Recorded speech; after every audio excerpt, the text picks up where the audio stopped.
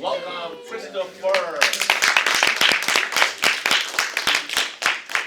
Alright, so my exploration project was an Asian landscape painting using indie ink. Technically, I did research Chinese painting specifically, but I didn't want to limit it only to that, so I made it a little bit more broad. So this is basic materials. I only needed like 3 things, but I used a lot of them, and I was very interested in learning how to use indie ink because it's something I always wanted to learn, and I always thought because it's such a different kind of medium, I have no idea what I'm doing, so this is basically for my first time. So for people who don't know, this is what it basically looks like, masters with their craft. So yeah, that's basically what it looks like. And then I went on to my ugly sketches, doing whatever I wanted to do, just throwing nonsense onto the paper. Yeah, so then I started, so this is technically my final. I didn't really like how it turned out, but I'll get onto that later. Yeah, so this is my final.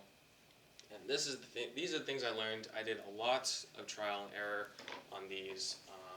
So I started to try many.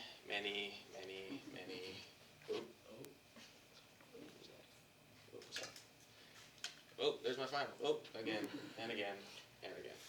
So I tried many times. I really did not enjoy any of these that I came up with. I always messed up at least one time on almost all of them that made it not make me want to continue or just straight up like give up. Like these ones, I totally gave up on these. This one, I maybe messed up maybe 1 or twice. Yeah.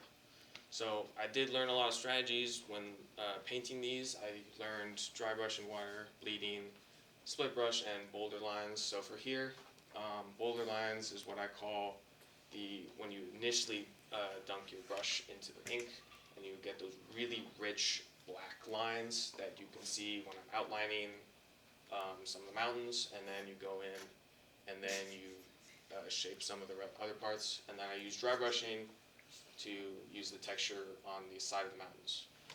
So what I had to learn from was it would look really bad if I tried to make the textures with the same black lines. It would just look cartoony and just not didn't fit at all. So water bleeding was when I had only water on my brush, and then I painted a mountain just with the water, and then I would use the ink and then spread the ink, and the ink would spread only into the water areas. My final thoughts, it was a great opportunity. I really thought it was interesting to learn something new, and it was really challenging for me because I learned that it was a lot like watercolor, and I do not enjoy watercolor, but I would only do this again, only for fun. I'm sorry, Miss P. I used a lot of paper. I used both sides, so I didn't waste anything. Where's there for? That's all I got.